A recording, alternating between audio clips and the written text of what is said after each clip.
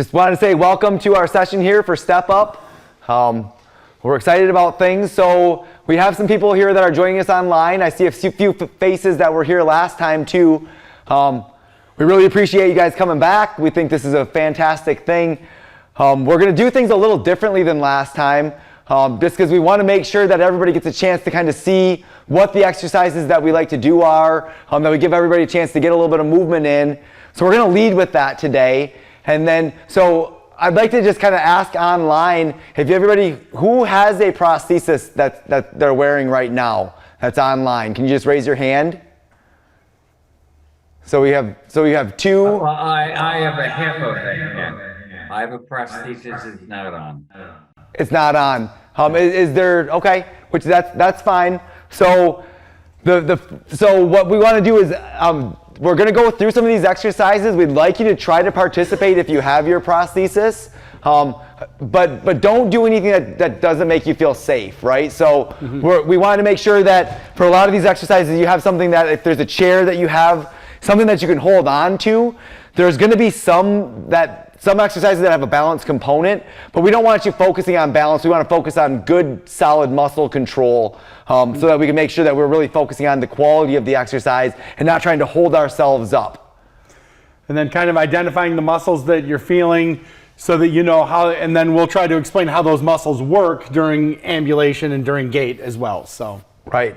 So we're gonna lead with the exercises. Then the second half of the class, there'll be still plenty of time to kind of talk, go through questions and answers and all the stuff like we did last time. We just want to make sure that we do have time for the exercises. So if everybody who's comfortable could stand up, find your feet, get yourself into a position where you can be supported. So the purpose of today's exercises is getting back to the basics. So this is some of the stuff that we had a couple people last week who said that they thought that they would have their prosthesis by this appointment today. I think one of them is actually at their appointment. They're going to be joining us later. So when you first get your leg, these are exercises that that would be very helpful for, learning how to ambulate, getting your balance, and getting the feel for that prosthetic limb. Right. But the other thing is even if you've used your prosthesis for a number of years, kind of retraining some of these things that seem simple can help you just to reestablish the right kind of control. I mean, Scott, we've told the story a lot of times about going down to a physical therapy clinic where we learned a lot of these techniques. And I mean, we went out to dinner the night before, walked a mile. I could barely keep up with Scott. He walked so fast. The next day, long legs. Right. The next day, he was doing tiny little movements and just sweating and fatigued in the whole 9 yards. But he realized after 15 or 20 years of using a prosthesis that, wait a minute, I've started compensating. I'm not doing things the way that I used to. So we always like to go back to the basics. Yep. Even for people that have done this for a long time. So we're going to start with weight shifting. So we want to find a position maybe just outside, with our heels kind of just outside of shoulders, just a comfortable stance position. If we want to have a chair there to hold on to, that's great. If we're comfortable in our stance, that's good too. And go ahead. Well, I'd say you start off by, if my left is my prosthetic side, so maybe lean to the right, lift up the prosthesis first. Right. And we don't even have to go all the way to picking the prosthesis up off the ground. If we're not comfortable in single limb support here, we can go, I always call it 98%, 2%. So we can put most of our weight through one leg, and then we're going to shift back to the other side and do the same thing. If we're comfortable picking our foot up, great. If not, keep that toe down for balance. And we're going to keep shifting back and forth. What we really want to focus on as we're shifting is our shoulders here. We don't want to shift like this. This isn't the shift that we're trying to do here. See how far my shoulders are shifting when I do this? What we want to do is we want to shift this way without kicking our hip out as we shift over, so our shoulders don't have to move through as much of a range of motion. If we're comfortable, we can even add a little bit of a knee raise. So one of the things I kind of like to explain when we're doing these in the office, if you would watch, like say while I'm ambulating, and you try to keep track of like how long I'm on the prosthetic side. That'd be like 1/1000. Like you're on it for really less than a second when you're walking. So a lot of times when people are doing the weight shifts, if you're and you haven't walked on a prosthesis and you're getting up on it for the first time, and they're kind of intimidated to pick up that foot when you ask them to, but yet they're shifting their weight over to that prosthetic side for 2 seconds or a little bit longer. It's like, hey, you're doing that plenty for what you need to be doing for walking on the prosthetic limb. The other thing we're trying to really show is that we have the ability to hold ourselves up when our body is over just one side, especially if it's the prosthetic side. We don't want to get into a habit where we're just kind of keeping the prosthesis out to the side and using it to hop across. So even though we're not walking, we're still using this to kind of get our bodies used to the fact that, yep, okay, my muscles can engage, I'm able to hold myself up for this second and then come back to the other side. And where this can be tricky, if you've been, say you're just getting your prosthetic limb and you haven't, you had your leg amputated and it was like 2.5, 3 months ago, which is pretty normal for most people when they're first getting fit with the prosthetic limb. So when you're walking with a walker, okay, you have all this weight shifted to the center. And this is, when you're using that walker, that assistive device to get around, you see how now you got to get used to, like Nate had mentioned, having the foot out, kind of shifting your weight over by shifting your hips and moving your weight over that prosthetic limb and not so much like, keeping it out here, because a lot of times the physical therapist will say, oh, get your weight over to the prosthetic side, and it feels like you are, and there's a little frustration. And if we get people in the mirror, we'll say, oh, look at this. Right. And it feels, and I'll tell them, I said, does it feel really exaggerated? And it says yes, but then you can show them that's straight. Right. But you think of how your body has changed position by just balancing on that one leg for. So what I want everybody to do now is, we started wide just to kind of warm up a little bit, but I want everybody to make sure you have something to hold on to if you need it. And we're going to go a lot more narrow. We don't want to be quite to the point where our feet are touching each other, but we talk about like maybe 2 to 4 inches apart. So a nice narrow band of support there. And we're going to do the same thing, shifting. We can do the option like I'm doing right here where I don't pick my feet up. We can do the option like Scott is where he's picking his feet up. But we want to focus on that, keeping that narrow base as we are kind of coming back with 2 feet on the ground. And you could see if you're trying to balance on that prosthetic side, I might have a hard time staying there for like 3. It really just depends on how 3 seconds, 4 seconds. But if I just have a couple fingers, I don't know if you guys can see this or if we can get the cameras on this, just this little bit does a lot for helping to maintain your balance for doing the exercise. So it's not like you need something really heavy to put your weight into, but just something to kind of, to steady you a little bit. But if you're struggling to do it, I recommend doing this because then you can really focus on those muscles firing in the prosthetic socket to try to balance yourself. And really try to use your quadriceps, but also your hips. You want to really shift over with your hips so you can drive that prosthesis into the ground, and that's going to help with your balance quite a bit.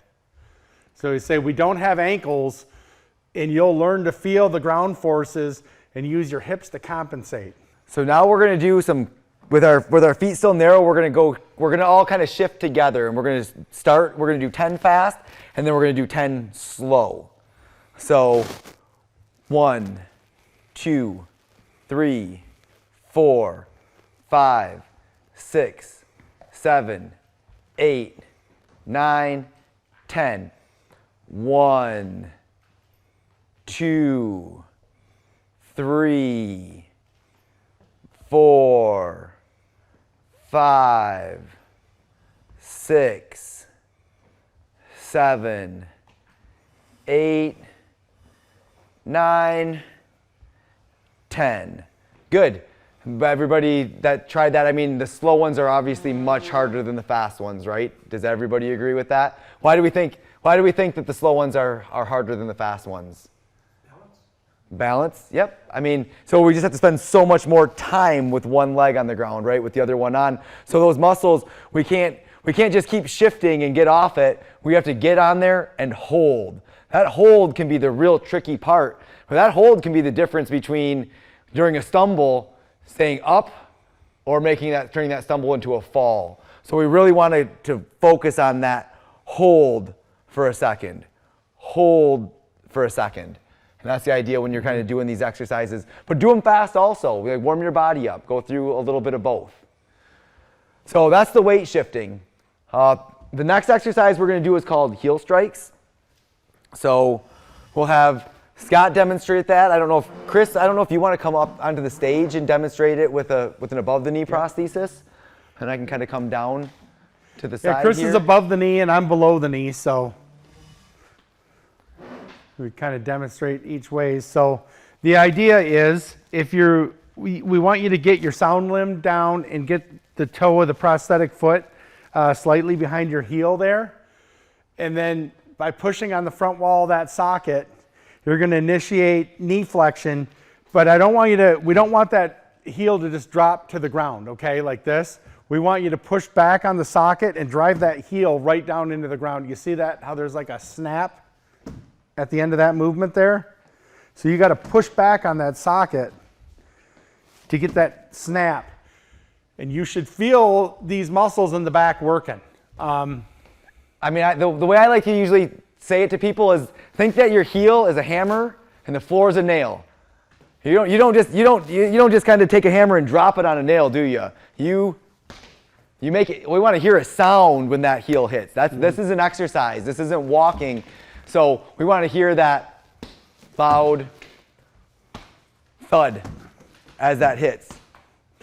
The idea is, oftentimes when we see people walk with a prosthetic limb, and Nate had mentioned earlier about having that foot out, they're just kind of swinging forward with these front muscles, and they let that leg fall.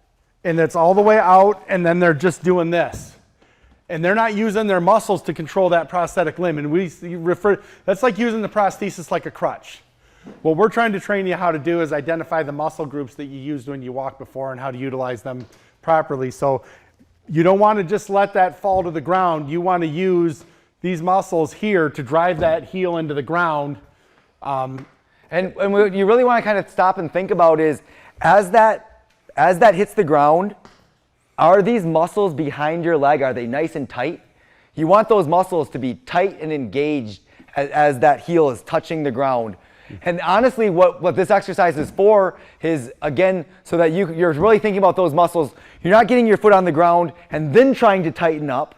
You want those muscles engaged before the heel hits the ground. That way, they're already at that taut level, so that when if the ground's unlevel or something is unexpected, your muscles are already tight and they're ready to act. You're not taking that split second of, okay, my foot's on the ground, now I'm trying to react. You're ready to react as your heel touches. So you really want to focus on, as you do this, loud, and feel a squeeze behind your knee. Yeah, Or for the above the knee, kind of just like back in your thigh. Yeah, if you're not feeling it back here, Right. then you're not, those muscles aren't working.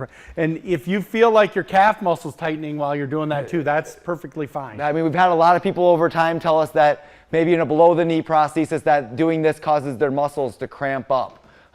And that's something that it should, when you're walking, you're not going to be this exaggerated. So it's an exercise. Sometimes we might cramp up a little bit during an exercise.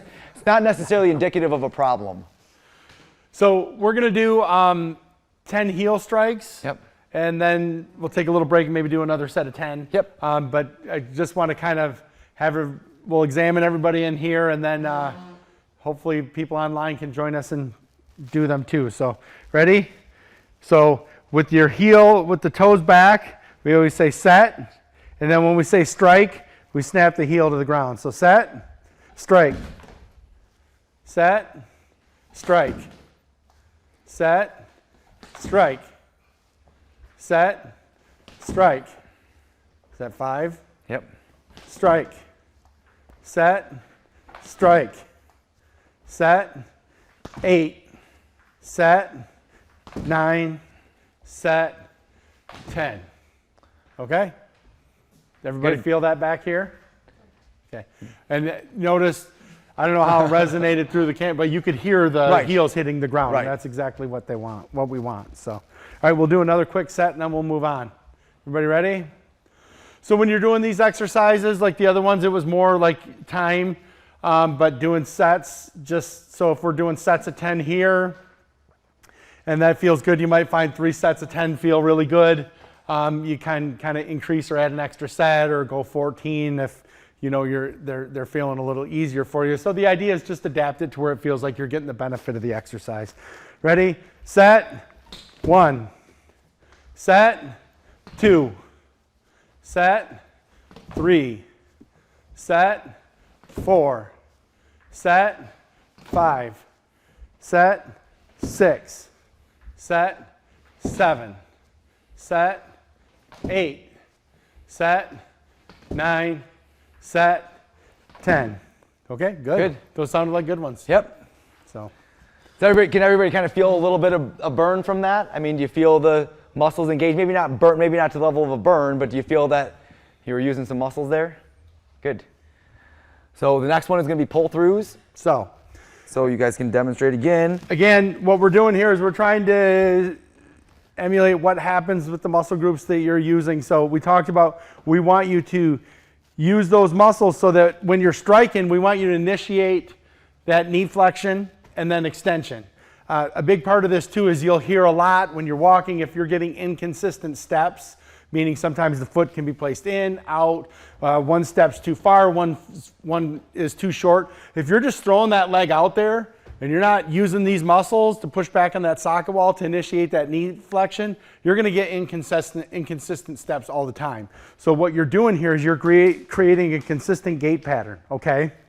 So the next step of this is you're going to initiate that knee extension and heel strike. And what we want you to do is, so we talked about if you have this out here and you're using it like a crutch and you're just throwing your body here, no.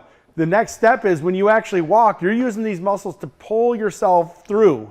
So you continue to pull, firing the same, this one, particularly if you're below the knee, you should feel the calf muscles too, but all these muscles here isolated. And you know when we see people ambulate and they're doing a lot of this, right? And what that does is that isolates all these core muscles here, and that gets our pelvis nice and tight and everything engaged. So that's a big part of walking, without a limp. So for this next exercise, where before we started with the toes behind us, we're gonna have the heel already down on the ground, okay? And you're simply gonna fire those muscles, and you do not push off with this back leg at all. So when I do it, it's gonna look like I'm going slow because I'm not pushing off here. I'm just using those muscles here to propel all my weight forward. Now, this is an exaggeration of how you're going to use these muscles when you walk. You're not going to, go like this, like you're marching all over the place. But then when you go to walk, you should feel a difference because you have that stability of your trunk and everything engaged and all those muscles working together when you're walking. So, you want to add anything to that? Or? No, I think that's pretty thorough. So, does anybody have any questions about that? Online or here, does anybody have any questions about the exercises so far? Okay, we'll keep going. Okay. So again, when we go... This is a good one to hold on to something. Yep. This is a good one to have some support.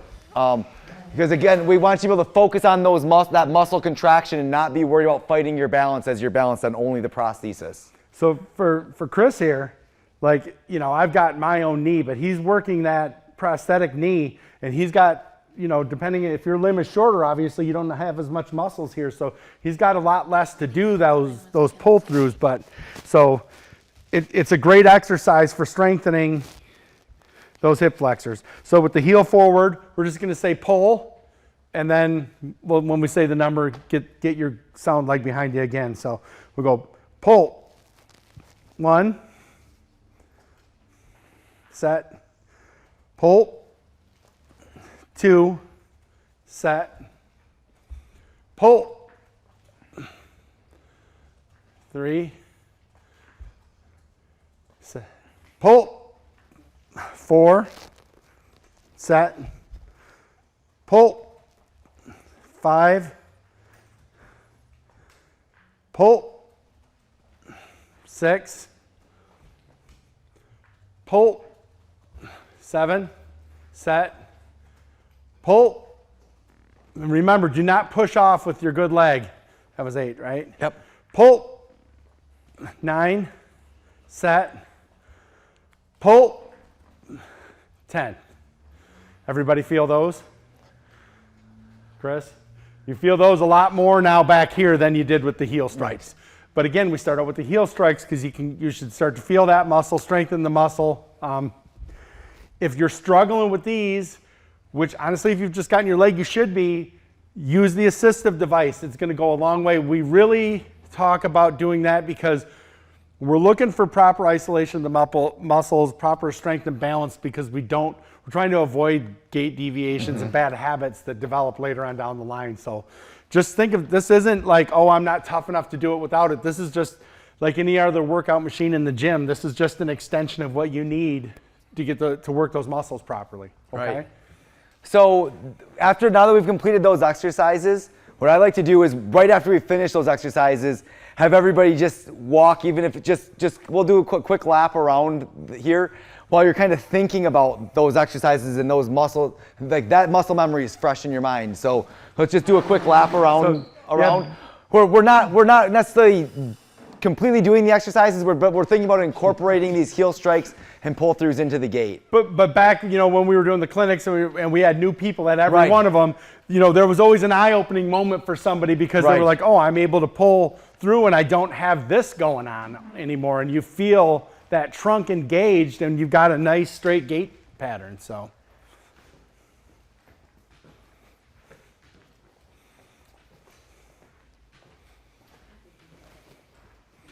You walk a lot better after the exercises.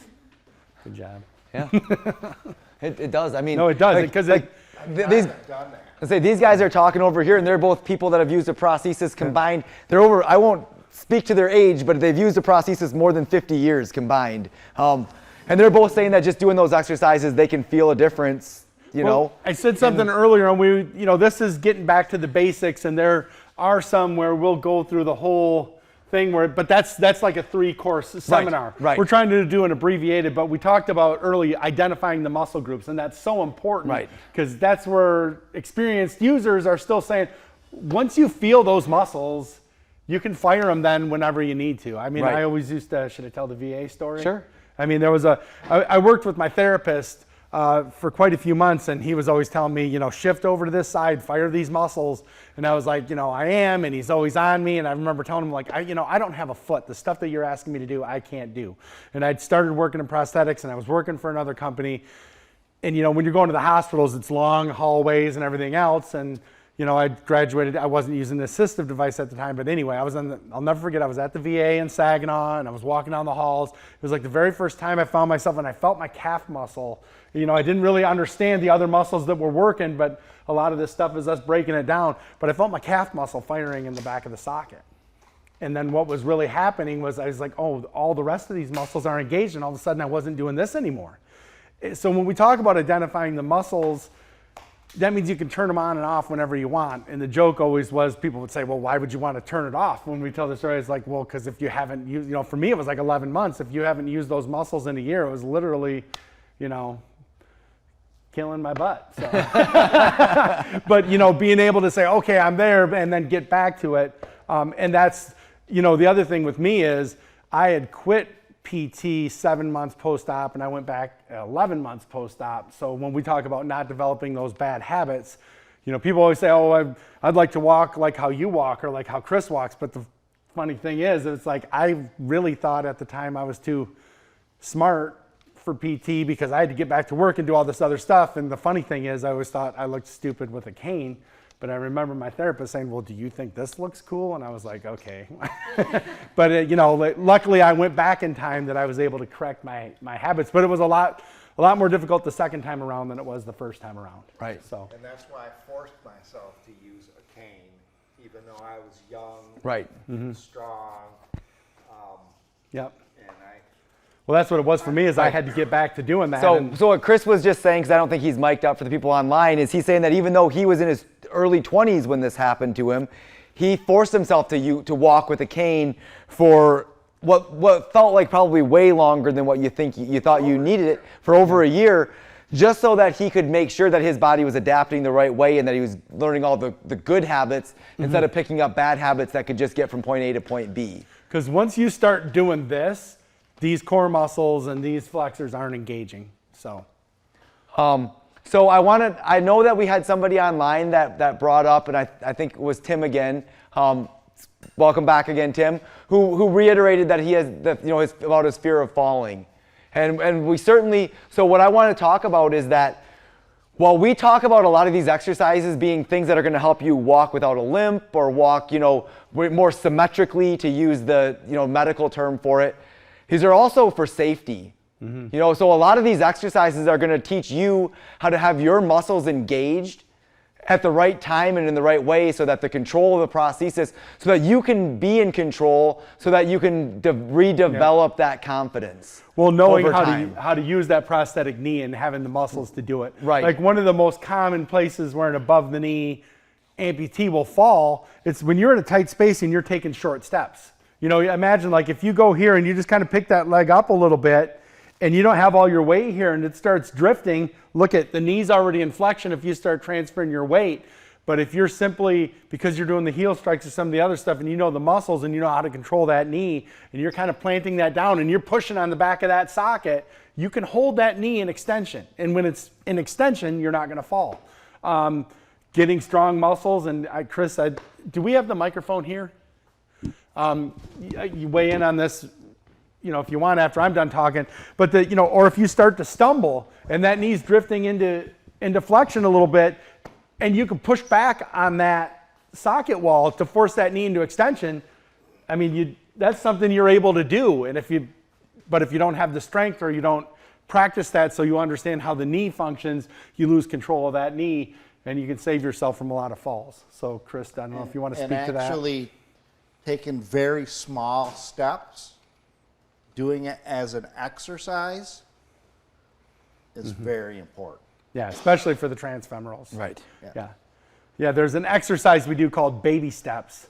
So I guess maybe we'll have Krista, but this is a great exercise where we were just doing the heel strikes and pull throughs. I don't know, Chris, if you want to.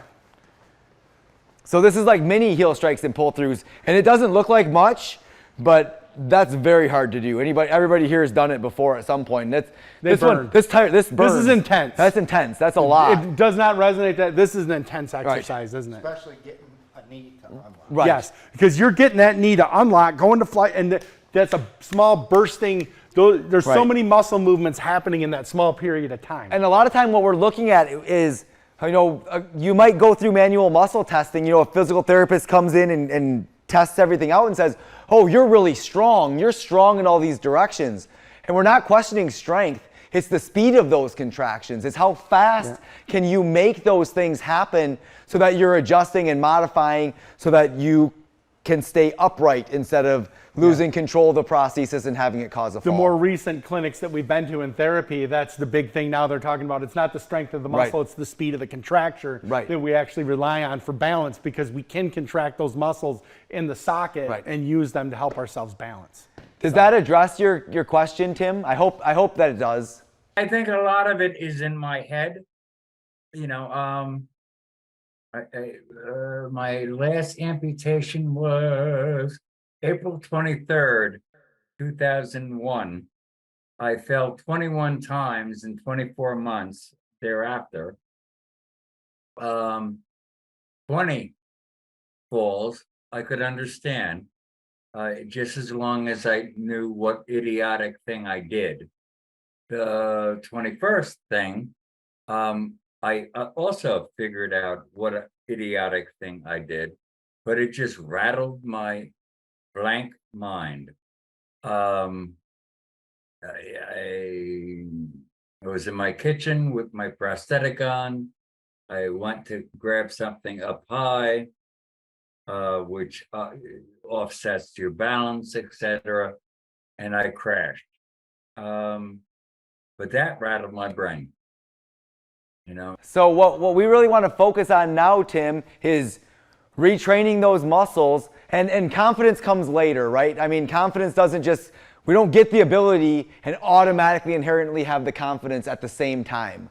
So what we want to do is we want to get you back to a point where you can see the fact that you have the control, and then you can keep practicing and and confidence, once confidence is rattled, it's one of those things that it takes a while to get back. But what we have to do is we have to show your body has to see that success and that repeated success. So it's not a hopeless situation. It's not a hopeless situation, but it's something that it does take extra work. It takes work and time. Yep. Yeah, it won't Both of come. those things. Yeah, unfortunately the bad thing about And I'm beyond trying. Sometimes, we all have had bad days or periods, but go to the gym, try to work out, build up my muscle strength. I have an outpatient PT with, I call it Peter Pan strap, so there's no way I could fall, but I'm still beyond afraid. So what we want you to do, and those are all great, please keep doing those things. Those are all things that are going to help over time. I guess what we're trying to say is that we think that some of these basics, doing some of the things that we're doing right now in terms of just the simple weight shifting, planting that heel, doing the pull throughs, those are going to have marked benefits. Those are things you can do in home, not in physical therapy. And so that if you do those 2 or 3 times a day and then go to therapy and do those exercises and try to apply those same things, that's going to be more of a pathway to kind of reiterating that success pathway in your brain instead of the fear or the trepidation pathway. And so it's about repetition. So keep doing all the things you're doing. But I mean, I guess we would both probably say, from talking to you last month, talking to you today, to get over this, you're going to have to put in a little bit more. well, And that's okay. And you're here. So I know you want to do that. So that's great. No, to build up. and I also, in home, I do my own little exercises from different PTs, recommendations. But again, I think it's more in my head than anywhere else, but that's my opinion.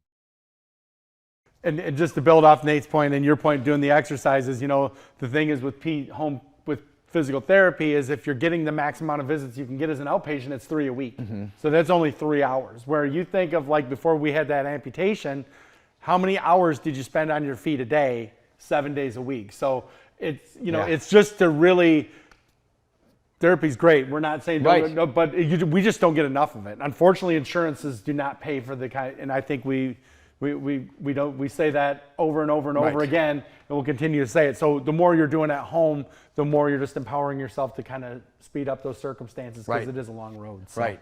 So, but like I said, I wanted to reiterate that we really strongly encourage those 3 that we just did. If you could incorporate those, I'd love to hear back from you next month if you try to incorporate those into your daily routine and see. Yeah, and see, do you find that helpful? Is it not helpful? Give us some feedback on that. We'd love it. But we're gonna move back along to keep going on the exercises. So the next thing that we have are going to be our 4-way hip extensions. So 4 ways. We have out to the side. Now again, when we do these exercises, I want everybody to watch. Do my shoulders move when I do this exercise? No. Just in case you can't, nobody's answering. So no, my shoulders don't move. I don't care if the range of motion is this. If you can only get it this high, and that's what it takes, and you're feeling that burn in this muscle here on the side, that's enough for right now. We'll keep going until you can get more range of motion without your shoulders. I like to tell people to do these at a kitchen. I love people that have cabinets that hang down over their countertops. I tell them to do it right on the edge, especially the ones where we go to the back, because when you lean forward, wham, you hit yourself on the head. You don't quit, you quit doing it. But so we're going to go to the side. We're going to go to the front with lifts. We're going to go to the back. The back is the one that really, really we want to isolate. We don't want to lean forward. This isn't a stretch of our other leg. It's just this isolation of our hamstring and our glute. And again, in the back. Very small amount of movement. So this is good, particularly for transfemorals, but even, where transfemorals above the knee, below the knees. If anyone has a hip flexion contracture, but again, if you're starting to get into that, you might find that this range of motion here is limited. That's why Nate's saying what happens when we have contractures, we try to compensate for it. We really want to just try to do this and help stretch it. Right. I mean, it's great for, Right. so again, even if you don't have a prosthetic limb, they're probably, if you're in physical therapy, they're probably doing things like that, working on stretching, so. And then the last one is a cross here. These ones, I don't know if we'll do it today. We'll keep an eye on our clock. I really try to reiterate that we want to do these on both sides. Even if we don't wear a prosthesis on both sides, we want to do this on both sides because we want our hips to be and our pelvis to be well balanced. We don't want to work one side out all the time and have the other side, kind of start falling behind in terms of range of motion and some of those things. And if you've been on limited weight bearing status, I mean, Yep. those muscles are suffering too. Those muscles are suffering. Plus, it's weight bearing time on your prosthesis, right? Yep. So again, That's the nice- hold on to something.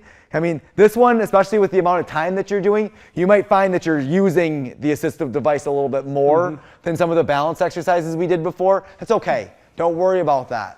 That's Actually, not, it that's means not a problem. that you'll probably feel those muscles really working to do that. And the nice thing about, so when you're doing this for balance, because that's something we talk about a lot, doing exercises on both sides, because the balancing the prosthetic side is getting, but there's a lot of weight shifting going on here. Right. So you're not just standing there isolated. When you're bringing this foot up, like these are real things that happen while you're balancing on a prosthetic limb. So while your weight's shifting, your points of balance shift inside of the prosthetic socket, and those muscles are working to maintain that balance, and that's where that speed of the flexion, Right. or the contractures, muscles, yep. contracting in the socket Yep. come into place. So let's go ahead and start. I mean, we'll go through both sides. I think there's time. So we're just going to start by going to the outside, and we're going to do 10.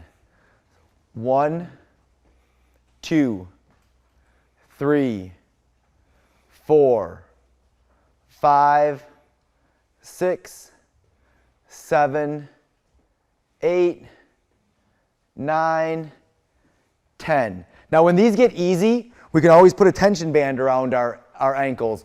If we don't have access to that, we can do a hole at the top. 1, 1, 2, 2. There's just lots and lots of different ways to adapt this to keep making it challenging for ourselves. And if anyone here is in physical therapy, I'm sure your therapist would be glad to give you a band. Absolutely. Because they're good like that. Right. So the next one we're going to do is forward. We're going to try to keep our knee straight if we can. If we have to bend our knee to do it, we'll accept that. But we'd really like to go through that range that you can really keep your knee straight. So that was 2, 3, 4, 5, 6, 7, 8, 9, 10. And then we're going to go to the inside. 1, 2, 3, 4, 5, 6, 7, 8, 9, and 10. And then finally to the back.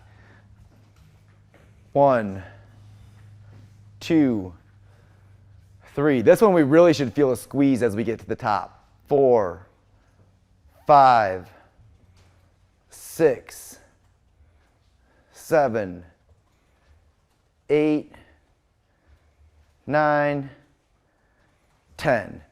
And then we'll switch to do the other leg. We're going to start by going to the outside again. 1, 2, 3, 4, 5, 6, 7, 8, 9, 10. And the front.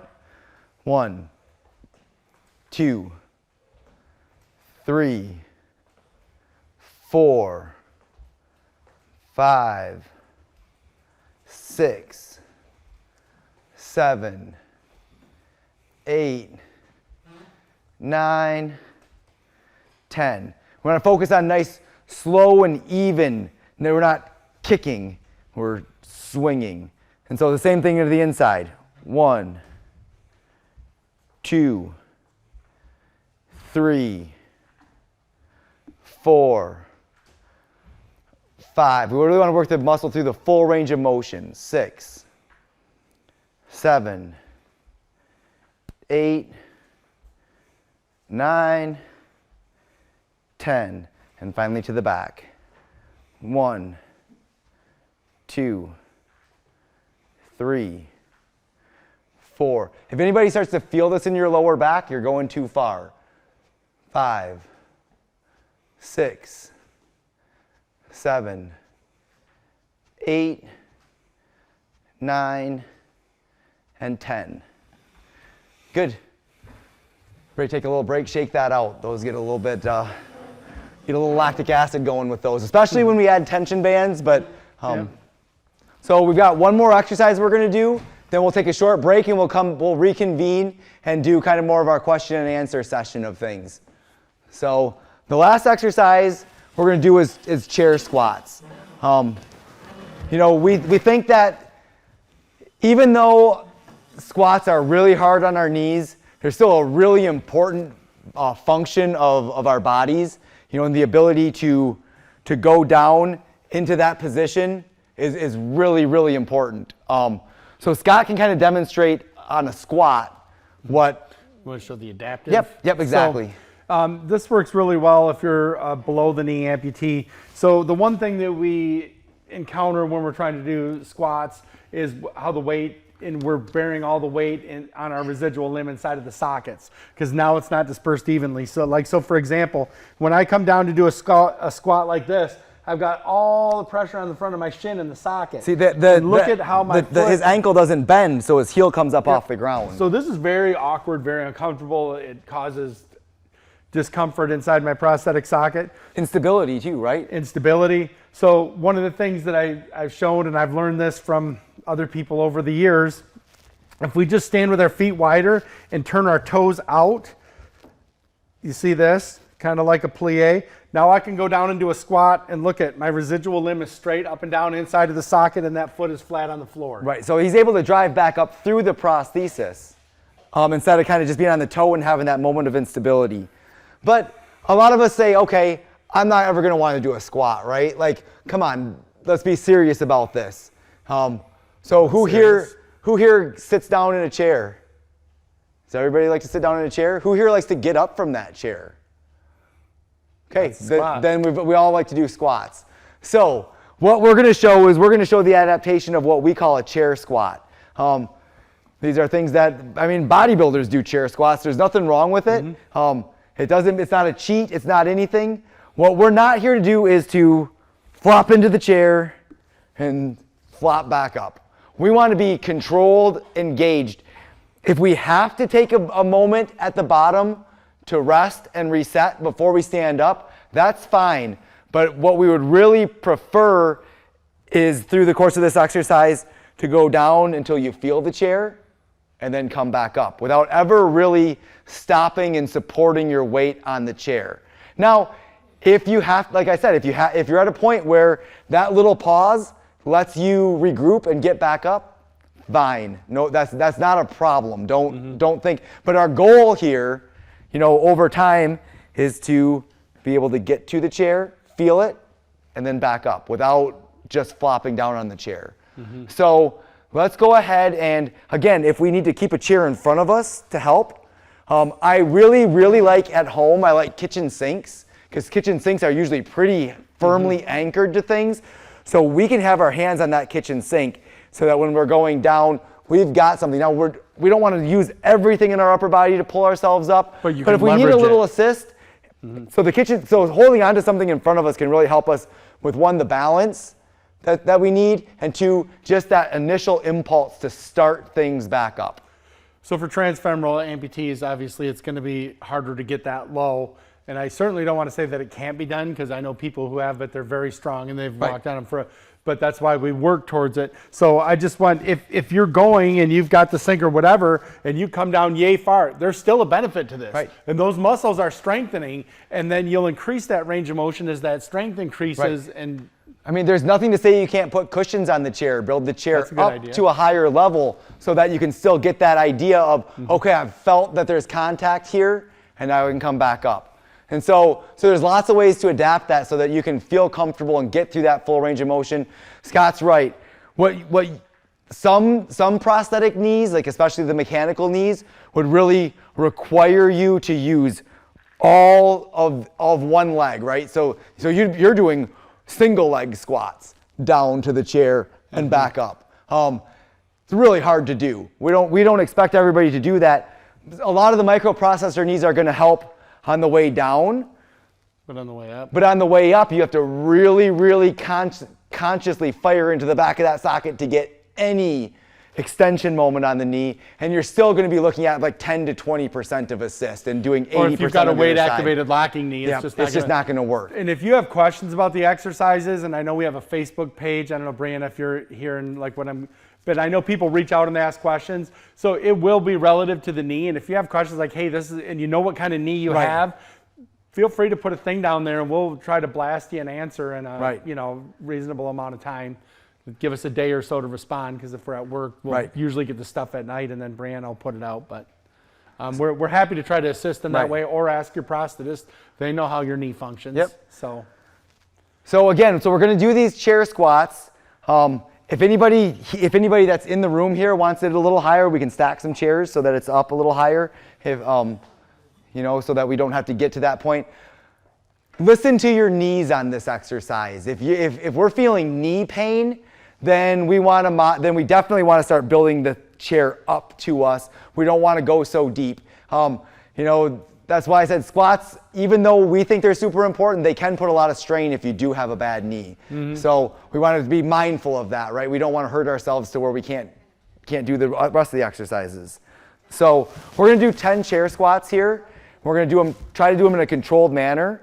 So we're going to go down to the chair and then up. And then down and up. And down. 3. Down. 4. Down. 5. Down. 6. Down. 7. Down. 8. 2 more. 9. And 1 more. Try to really make this one count. 10. Good. Good job. So remember on these ones, your adaptations. Don't worry about where you are today and where you're starting. Just it's better to go through the motions, have your bodies feeling this, and with repetition, there's going to be success over time. So with that being said, thanks for going through our exercises. We're going to take about 5 to 10 minutes. And then we'll kind of bring things back together so that we can go over questions and we're going to talk to the people online and do do the introductions and do all and that get everybody communicating like we did last time. Yep. All right, everybody, welcome back. Yeah, thanks for the short little break there. So we did things a little bit different this time than normal. So even though we got to know each other through the exercises, we're going to go ahead and introduce ourselves today. I'll start. My name's Nate Capa. I'm a certified prosthetist with Bremer Prosthetics. And I'm Scott Baronic. I'm a certified prosthetist with Bremer Prosthetics. And let us know if you did the exercises, what you thought of them. We'd like your feedback on that. So if we want to go ahead and get the microphone, we'll go around the room real quick here, then we'll go to online. And when you have the mic, if you want to, while you're introducing yourself, if you want to ask a question, great. If you want to just introduce yourself and come back around to it, that's fine too. And pretty impromptu. No matter how great you think your answer is, please don't drop it.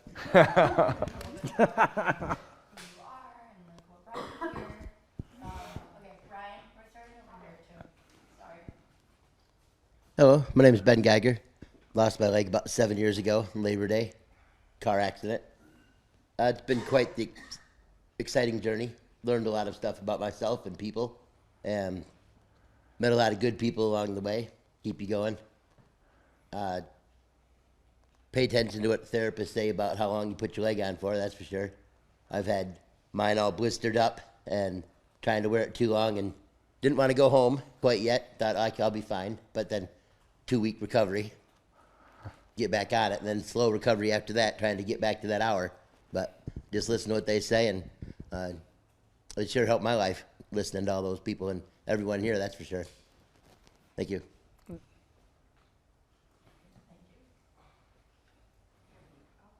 Oh wait, we can skip you. You'll be last. You're eating a cookie. That's all you had to do to get out of it. I really did that. I'm Dave Laddie. I've been at left below the knee amputee since 2017, and I've been here with Bremer's ever since, even before.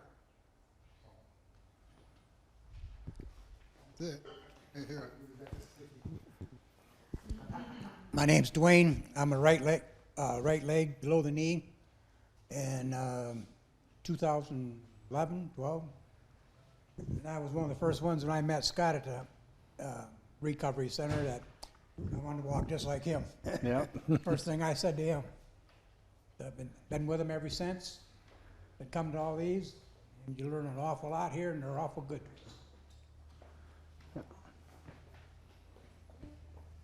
Turn. Hi, I'm Michelle. I am a left below knee amputee. I've been a below knee for about 2 years now, and Abby was the first one I met, and she's the only one I'll see at all anymore. She's been awesome. She has taught me everything I know and to constantly push myself.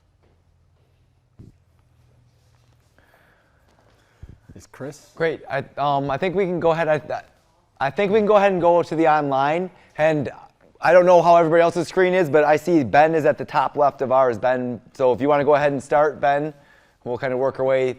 We'll introduce you guys. Oh, I think you're on mute, Ben. Mute. All right. Can you guys hear me now? Yes, Oh, sir. yeah. Well, I'm Ben. I've been an amputee since 2017. I believe I met Scott about 2019. I've been with him ever since. Sadly, well, because of life up in Michigan, I moved back to my home state in Indiana. So I'm now on the wall on these classes. I do miss you all there. I hope to continue to work with you with my leg. We'll see that when my insurance comes around. But I love this and I love you all there. Thank you for doing what you guys do. All right, good to hear from you, Ben. Next is Tim. Hi, and thank you for everyone, and particularly our earlier conversation before this started, Ben. I highly appreciate it. Anyway, I'm above the right knee amputee. After multiple operations in New York, my daughter kidnapped me and brought me to Pennsylvania, who saved my life. And fortunately and unfortunately, there's two sides of it. I'm above the right knee amputee. My last operations was the end of April of 2021. I was thought I was doing great. And I was. And I fell and so forth multiple times, 21 times in the first 24 months. But on the, and obviously you add the months, it's way past that now. That last fall just rattled my brain, and I just, I need to get over that. And I've been exercising. I have in-home exercises that I do, or my own exercises that previous PTs told me with bands and etc. And I go to the gym And if I'm not in the gym, I'm at finally an outpatient PT place that is much better than last year with Peter Pan straps, but I'm still beyond afraid. That's my story. Thanks for joining us today. I think the next would be Steve. Wait a minute. Oh, I want to show Steve the. oh, where's the? That's what. He's coming to say hi. Well, I don't know what camera. Just take him to the camera.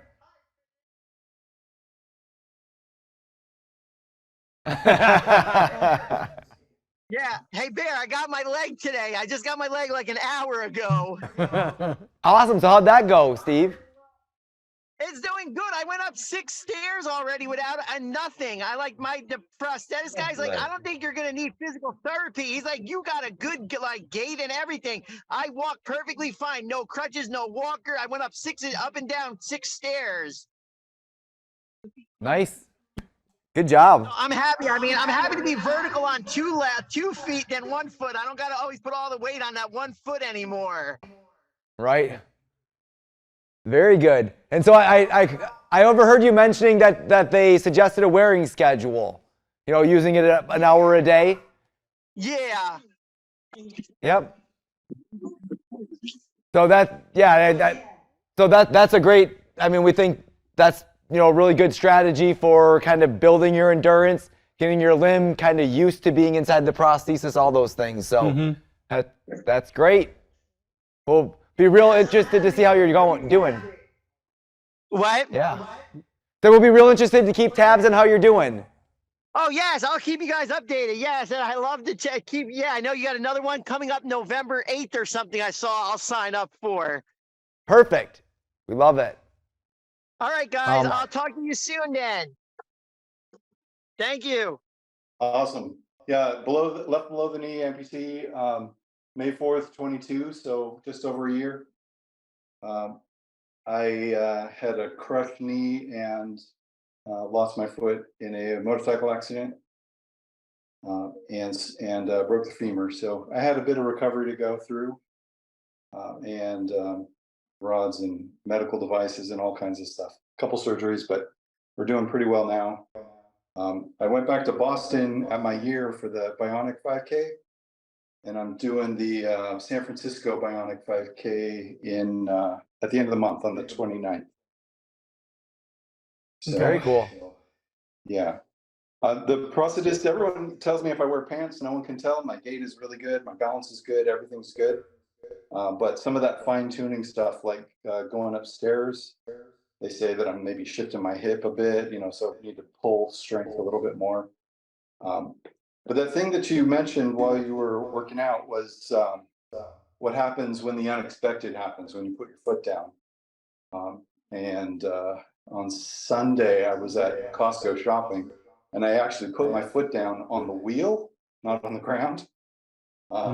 So kind of gave me that jolt of reality that said, you don't always have a stable foot. So what are you going to do? Ended up crashing into the cart and caught myself. But yeah, that's something to pay attention to is, have that strength ready to go, like you said. I saw you were doing some of the exercises. What did you think? Oh yeah, that's good. I had the physical therapy exercises from the therapist that was coming to the house, and then I was going to outpatient, and I got really frustrated with that. I finally just started going to the gym. So I do all the weight training and everything there. So that's great. I do a lot of cable weights and a lot of other things. I do enjoy squats as long as you have a good balance and a good position, good posture. You can do some good squats. I enjoyed that. Did you try rotating your foot out, or had you already been doing that when you were doing squats? Yeah. Squats for me are actually pretty easy. I was been doing squats for years, so it came natural. The one thing they said, you should be able to balance on your foot, and I'm getting better at that. So that is part of that. But for me, the squat, the positions, everything is pretty natural. So I enjoy that. Good. Great. Well, thanks for joining us. Yeah, out here in California. Okay. Awesome. Hi, I'm Debbie. I'm a right below the knee, and it happened June of last year. And I chose to have it amputated after 7 surgeries that did not help to save my leg. I could have had an external fixator put on to try one last try, but I figured, again, I don't want to go through that pain and being non-weight bearing again. So I chose amputation, and I really truly don't regret it. I drive with it. I with no no hand controls or adapters or anything like that. I just straightforward drive with my leg. I'm not walking very far yet. I still need a walker, and I just basically keep it around the house. For the most part, I'm in a wheelchair. I was gonna say, what are your long-term goals on the process? Like, anything you're looking to accomplish, or? The next goal I got to do is get to walking. I haven't been to physical therapy because of other setbacks, but I really got to get back into physical therapy to build up more endurance. I do seated exercises at home, usually 3 times a week, as well as seated yoga, and it helps, but I do have to get back into physical therapy, and I've been saying that for like the past month. And I just don't know why I haven't yet. Well, it happens. I mean, obviously things in life come up, right? But I mean, having the mentality that that it's something that you want to do, just keep that focus and it'll happen. Yeah, I mean, you're here, so you joined the thing for a reason. You obviously have the drive. Maybe some of the exercises. I know if you check on our website and stuff, they'll be posted. You know how to do them and things like that. Sometimes being able to get started doing things at home might be a nice way to motivate you to get ready to go back to therapy. So Right, I figured I can do stuff like your chair exercises, like standing, and the heel thing and whatnot to build up that endurance and the strengthen my balance. Yep. All right. Well, keep us posted. Hopefully, next time we see you, you'll be back in PT. And then we have Tracy next. Hi, I'm Tracy. I live in Toronto, Canada, and I'm a left above knee amputee since May of this year. And like Debbie, I've had many, many limb saving surgeries, the origins of which related to bone cancer when I was a teenager. And I'm in PT, and I was using the total knee, and yesterday I got my leg, the X3, although I don't get to bring it home quite yet. Okay. Oh, very good. I know last time you were kind of waiting for authorization to find out what kind of knee component. X3 is a good knee. The X3 is probably the most advanced knee that's on the market. So.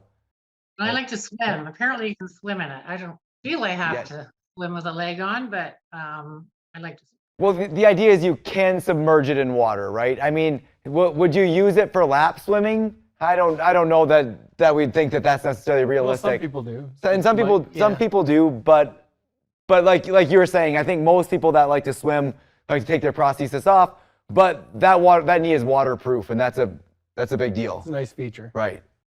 But I was saying on the break, I think what I only was on it yesterday afternoon, so time will tell, but what I found difficult yesterday was letting it do its job, that it actually will bend for you. And the total knee was more work for sure. So that's an adjustment, letting the microprocessor do its thing. Absolutely. Transferring your weight over to that prosthetic side and letting it and trusting it. I mean, that's the big thing with those. Right. And then the alignment is very critical also in terms of kind of the ease of initiating the knee into swing phase instead of, feeling like you're fighting it all the time. Mm-hmm. But great. How about how about the socket fit? How did things fit when you? I'm still in my original socket. I haven't had a lot of volume loss, but I imagine now that I'm going to be walking more. I don't know if I'm going to be doing more therapy, but I'll get hopefully the leg home soon. And my prosthesis is getting ready to make another socket. But I'm still in the original. Okay. So we think highly of the components, like in X3, we think very highly of that knee component, but as prosthetists, we're always going to say, the socket is your control point, right? Yep. And so, we try to de-emphasize sometimes components, and even though that's a good one, we like to say that the socket fit's going to be more of a determinant of your success than necessarily the knee or foot that you use. It's fitting really well. I haven't even started with socks. I think I'm going to put a sock in tomorrow.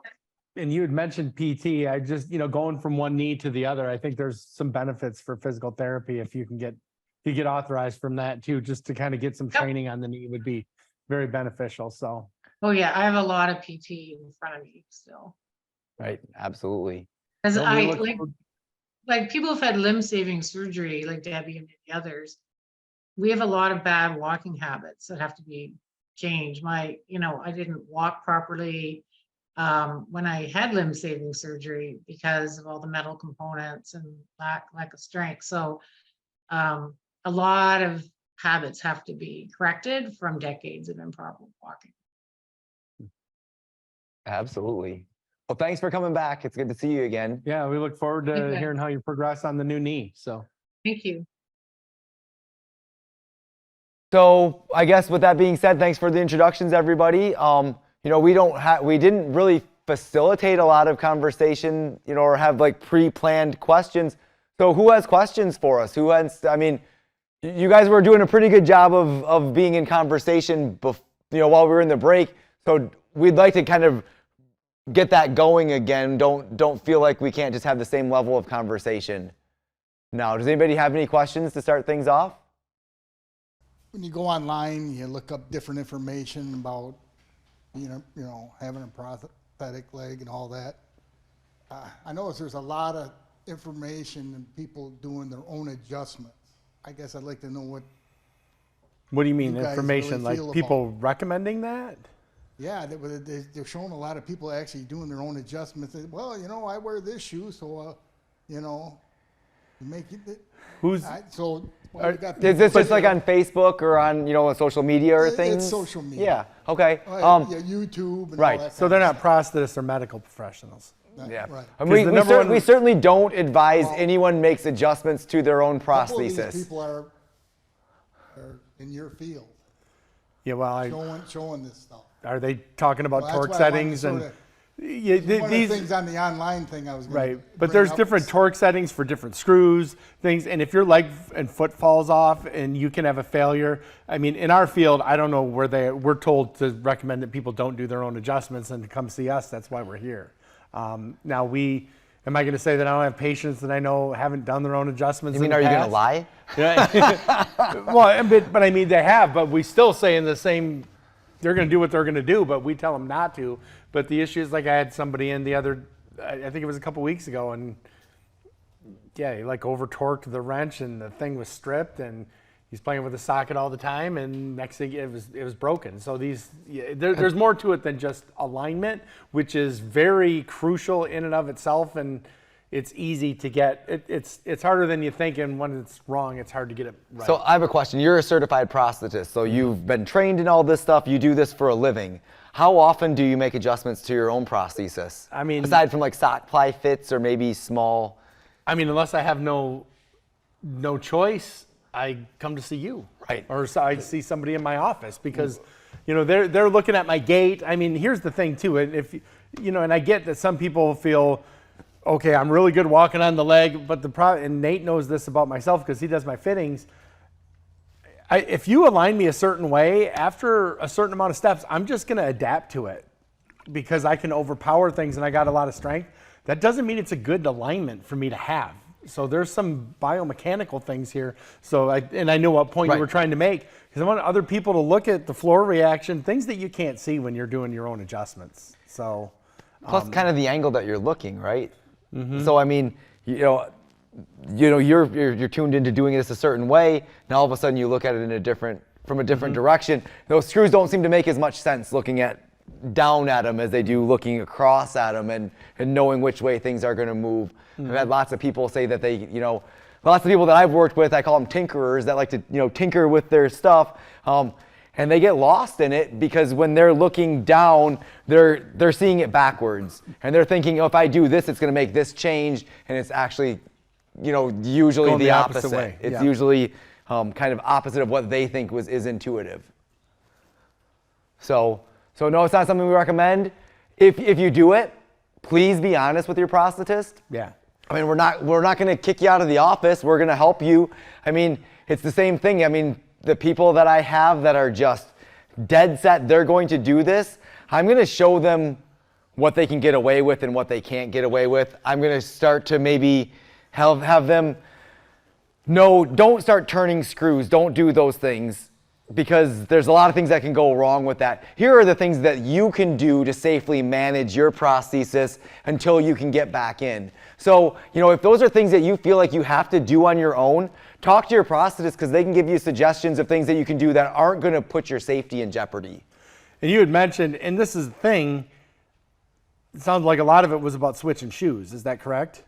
Actually, that was the main thing. The one guy was doing it. So what I would like to hear a prosthetist say, and it's a lot more work on us, but what do we tell people? Bring your shoes Bring your shoes into the office. We're going to put heel wedges in them and adjust them so that when you go from shoe to shoe, that's the solution. You don't have to turn the wrench to get that right. Now, I remember when I was like early in my career, I made the mistake of telling somebody, just bring all your shoes in. I don't make that mistake anymore because they had a box full of shoes. Now I say, bring your 3 favorite shoes, and then the next time, bring the next 3 You pairs. had Moses bring a lot of shoes. I mean, I didn't tell him to bring that many I shoes. thought you said bring your... No, I tell people bring 2 or 3 pairs per appointment, and that will kind of work through Space this. it out over space time. it out over time. Well, so it's a lot more work for the prosthetist. It's a lot more work, but I made that mistake of saying, bring all your shoes in. And when I looked at, I'm talking a refrigerator box full of shoes. I said, we're not going to get through this in one appointment.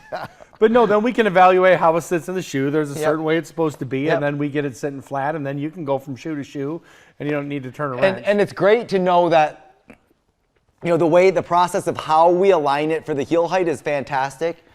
There's not much, besides torquing those screws down, there's not that much that can go wrong from that. But are you looking at the fact, does this shoe have a big, big instep in it that's pitching the prosthesis out to the side? Is it changing other angles? Is it doing other things? You're kind of looking at one dimension instead of the whole thing, which is what we would look at is all of it. So we don't like that. Also, if changing lots and lots of shoes and having it be adjustable is something that's super important to you, there are prosthetic feet that have adjustable heel heights, where you can push a button on that foot, and then you can actually make that foot change the angle, and then it locks back in without having to change the screws and actually alter the alignment of your prosthesis. Because we've had patients where they have different shoes, they're insistent on doing their own adjusting or whatever, and then they don't get that alignment right, and this is true, they get pressure sores then on the front of their legs. They develop sores on the residual limb because the alignment of the prosthetic limb changes the forces that you feel on the prosthetic socket. Right. And if you're taking, you can get a sore on your legs. So. And it's down to the point where there are microprocessor ankles that will self-select. You push and hold the button, and it reads the angle, and it makes itself into the right alignment based on whatever shoe you put on. So there are lots and lots of options that don't involve a patient turning screws on their own prosthesis. And those feet may not be for everybody, but again, we can also It's adjust options. it manually. It's options. Because I was going to get into that, there's just a lot of other ways to go about that other than just, if they're bringing it up for that reason, I'd like to hear that they were given a lot more information than just doing their own adjustments. Most people you see usually wear tennis shoes? Some people, they like dress shoes, and they're gonna, I wear dress shoes when I go out, certain place, but other than that, I always wear tennis shoes. Do they have a hard leather sole, or are they like a softer rubber bottom? Rubber shoe, hard sole. Is that hard sole? Kind of throws you forward a little bit, but yeah. Certain things, Yep. I wear them, but normally other than that, I you look around, everybody uses wear tennis shoes. I'll be honest with you. I don't wear a prosthesis. I wear, even if I have a suit on, I wear these shoes because I take care of my feet first and foremost, and I don't really care what other people think. And I mean, it's just the way that I've kind of adapted to things, and that doesn't mean other people can't wear dress shoes if they want to, but people think about it too much sometimes, I think, and think about the attention it draws. We're taking care of ourselves, right? I think that's a lot more important than having a shiny pair of shoes in this day and age. We're not in the day and age where, that the shoes are quite as important as they were at one point. And I also wear dress shoes sometimes. I was gonna say, and I like to wear dress shoes sometimes. And I'm not saying I never do, but there's just lots of options, and you just want to consider. If I have a new user, I mean, here's the thing: tennis shoes are lighter. They got a thick rubber sole, so they're helping to absorb impact. There's a lot of benefits to you. So we'll definitely recommend, to somebody. Dwayne, you've been wearing a prosthesis for a while now, and you know that when you go to that dress shoe, and it might throw your pitch a little bit or whatever, but it's like, I'm just going to deal with that for a few. Most everybody you see wears tennis shoes. Right. Yeah, or they wear them most of the time and do like what you're doing. I've got dress slacks on, or I'm going out on Sunday or whatever, and they put on their dress shoes for a few hours. Right. But like I said, it's different for a seasoned user because you can kind of overcompensate for that a lot more than somebody who might be just starting to learn to walk on the prosthesis. And here in Michigan, we see a lot of people wear boots. Boots become very common, especially in a month. Boots are heavy. Especially in a month. But the boots are heavy. That's the thing is with the boots is the weight. But people still, compare. Yeah, but we see lots and lots of those. And boots a lot of times have that high heel, a little higher heel than the tennis shoe. So those have to be accommodated for also, kind of like the dress shoe. Yeah, we got to accommodate for that because the heel height on that is big. But this is something I do always mention though. If somebody's got like a work boot or something, they have difficulty getting in there. Sometimes you can go to a shoe cobbler and get a zipper added to that. Yes. There are ways to get into boots just in case anyone's listening. I know Jeff drove a motorcycle, so he probably likes to wear boots. If he's, and women's fashions in general, as far as shoes go, are just a lot more diverse than men's. Of course, yes, absolutely. So we are limited with the heel. What is it, 2 3/4 inches? Right. I think with some of the adjustable stuff. And a lot of times women's are pretty limited in what shoes they can wear by the shape of what women's shoes, what some fashion designer thinks a woman's foot should be shaped like, which no one's foot is shaped like, and the fact that a prosthetic foot doesn't conform to those shoes. So that becomes a fairly big issue for a lot of women, that it does kind of just eliminate a lot of those shoe options anyway, just trying to get the foot into those shoes. What other questions do we have? Anybody else online have any tips or suggestions or questions about shoes or anything else? I'm good. All I know is I just took my leg off, and that liner, it feels like my leg was in the Bahamas or something. There we go. That's even why, though, the wearing schedule is so important, because your limb isn't conditioned to that environment yet. And I'm assuming, are you wearing it with a gel liner? Yeah, I have. Yeah, the gel, I have that, Yeah. So that's a closed cell environment. That's not going to breathe. Now, the thing is, the more you wear it, your limb will condition to that more, and you won't sweat as much. But you want to kind of ease your way into that some, so you don't get blisters, which could cause skin breakdown, which, like we talked about earlier, can easily be 2 weeks of not wearing the prosthetic limb. I would say, imagine like if you didn't wear shoes and socks for a year, but then you started wearing shoes and socks again, your feet would sweat profusely. So the nice thing is the pores in your skin, they can condition themselves and adapt. We just got to give that a little bit of time. The other nice thing about, say, if you're wearing it an hour in the morning, hour in the afternoon, you're taking it off in between. You're able to inspect your residual limb. But yeah, that's when you take, it's warm in there, right? And when you go 2 hours, it's going to be even warmer. So, but you will adapt to it quicker than you think you might. And the other good thing is ones with air conditioning built in them.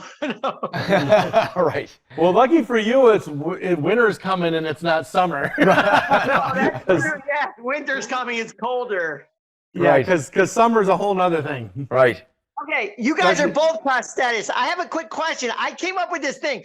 Do you guys ever hear of a glow-in-the-dark prosthetics? Have you ever tried to create one? I want a leg that glows in the dark. So, there are lots of glow-in-the-dark paints.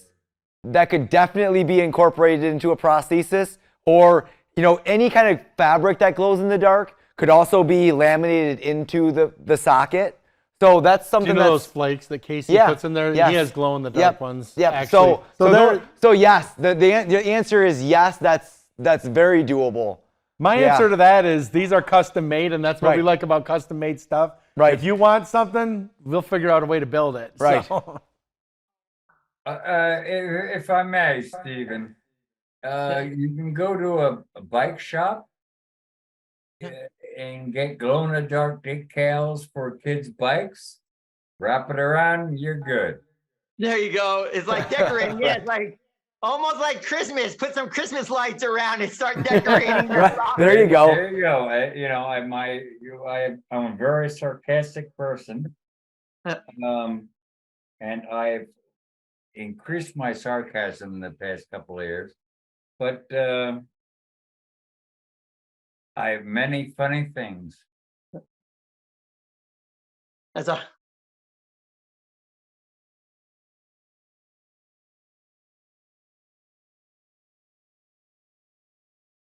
So do we have any other questions or anything else that, Steve, when do you start physical therapy? Okay, this is the hardest part. This is crazy. I just talked to my prosthetist. Where I live in Monmouth County, like I was telling some of these people, like Debbie's heard me, Tracy, it's hard. Like where I live in my county, nobody wants to take amputees or work with me. I've called 10 different places and like 5 different companies, and none of them say they work with amputees. Monmouth County, New Jersey? Yeah, Monmouth County, New Jersey. Yeah, I'm on the Jersey Shore. Yeah. Do your prosthetists have any suggestions about people that they work with? Well, that's the problem. They gave me a list of these companies that they use, but their office is near me. But they had like the companies that they use are all up north. They're like almost 2 hours away, or like 50 or 60 miles away. Right. Right. So that's why you're maybe considering not doing physical therapy. I mean, I was thinking of that. I know it's not good, and I know you should do it, and I know I'm new to it, but I know I feel like I don't want to do it, but then it's like you should do it. Right. Right. I mean you gotta look at it like hard. this. And then, like, I see where you guys are right now. I mean, I seem like all you guys are home except for your guys. Like, where we live, it's COVID's coming back, so they want us to wear masks and everything. I'm like, I don't want to wear a mask doing all this exercise. I barely can breathe. That's a lot of workout wearing a mask. Right. Yeah. Yeah, where we live, COVID is supposed to be coming back, or they're starting that thing. If you go to the hospital, you have to have mask on. It's mandatory and everything. And I'm like, do I want to do therapy with a mask on? Right. Well, that's a hard question.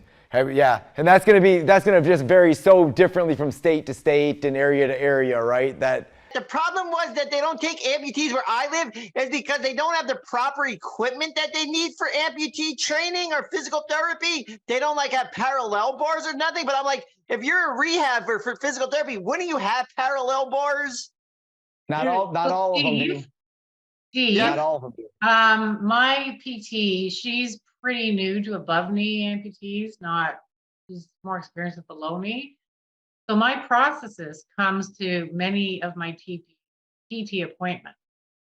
And that's been a good team effort. And yes, we wear masks because that's public health rule here in Canada for many of these places. I was at a hospital visiting a friend today, same thing. Yeah.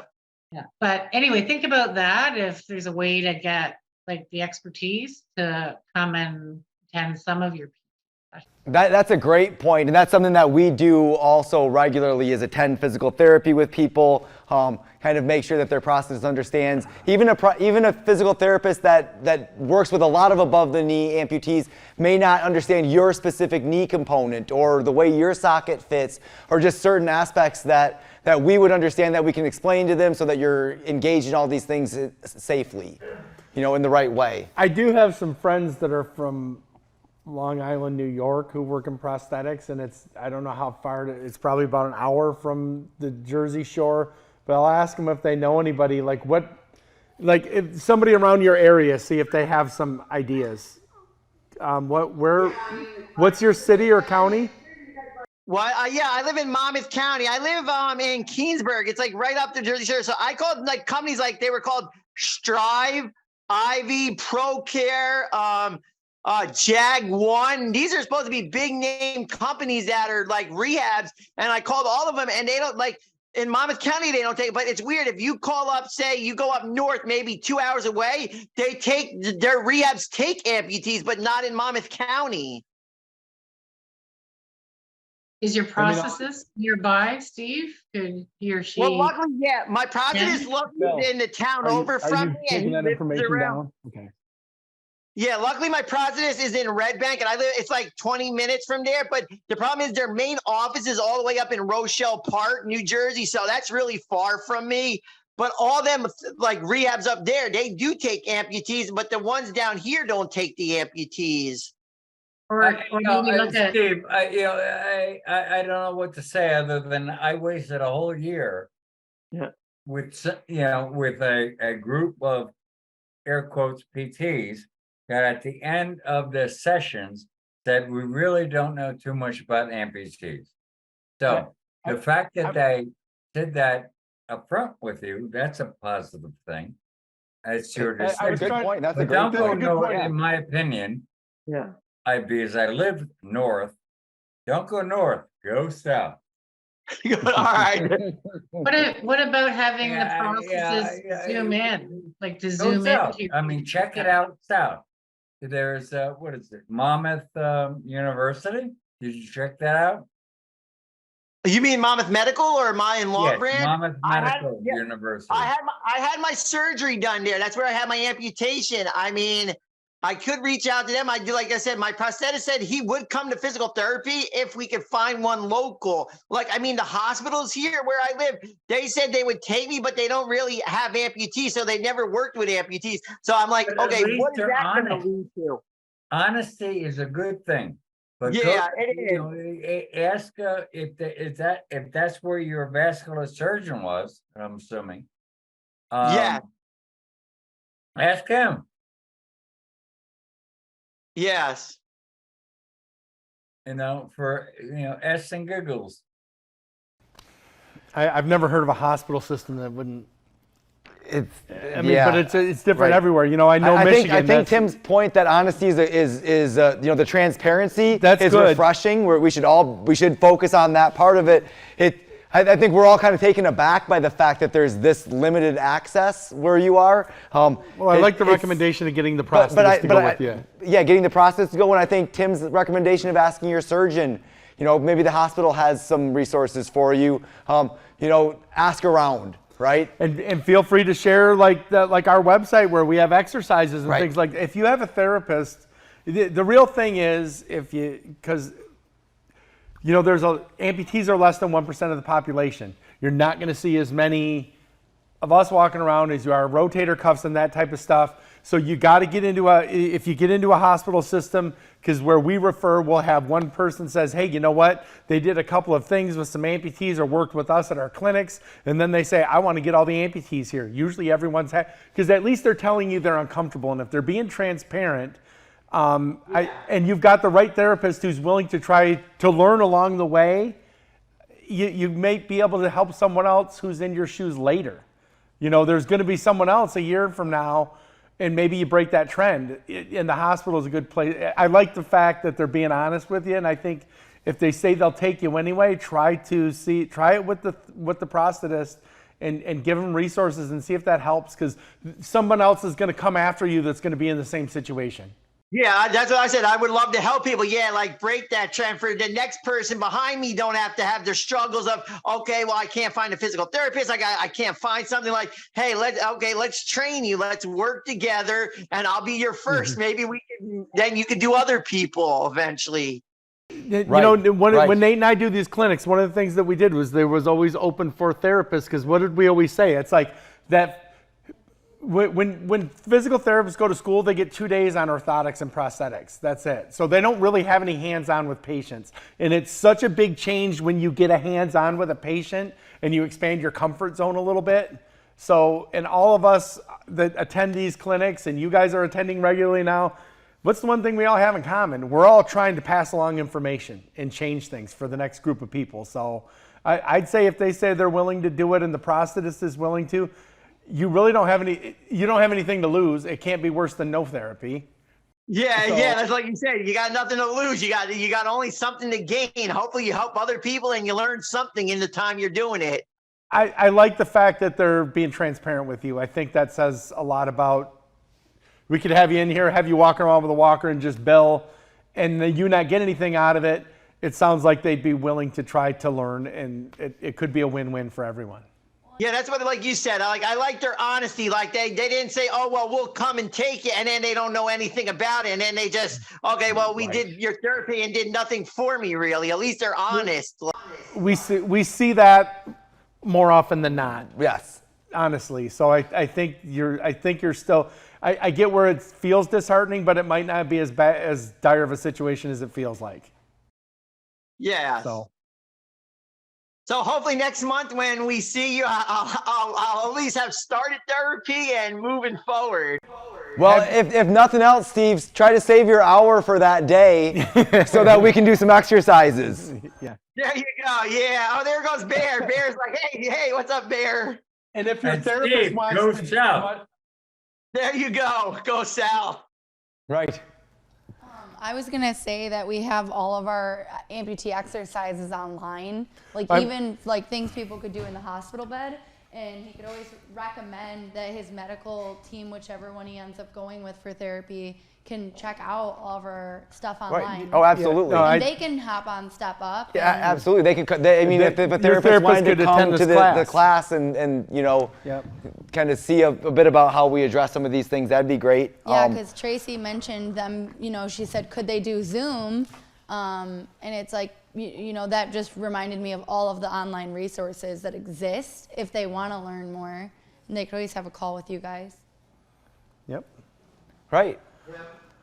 Well, I mean, I guess that I think our time is pretty much coming to an end.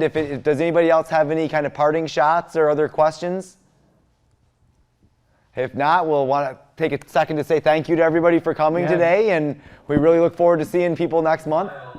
Yeah, we look forward to seeing you guys next month, and we'll be probably following the same format where we'll be opening up with some exercises and then spending the last half of the time talking.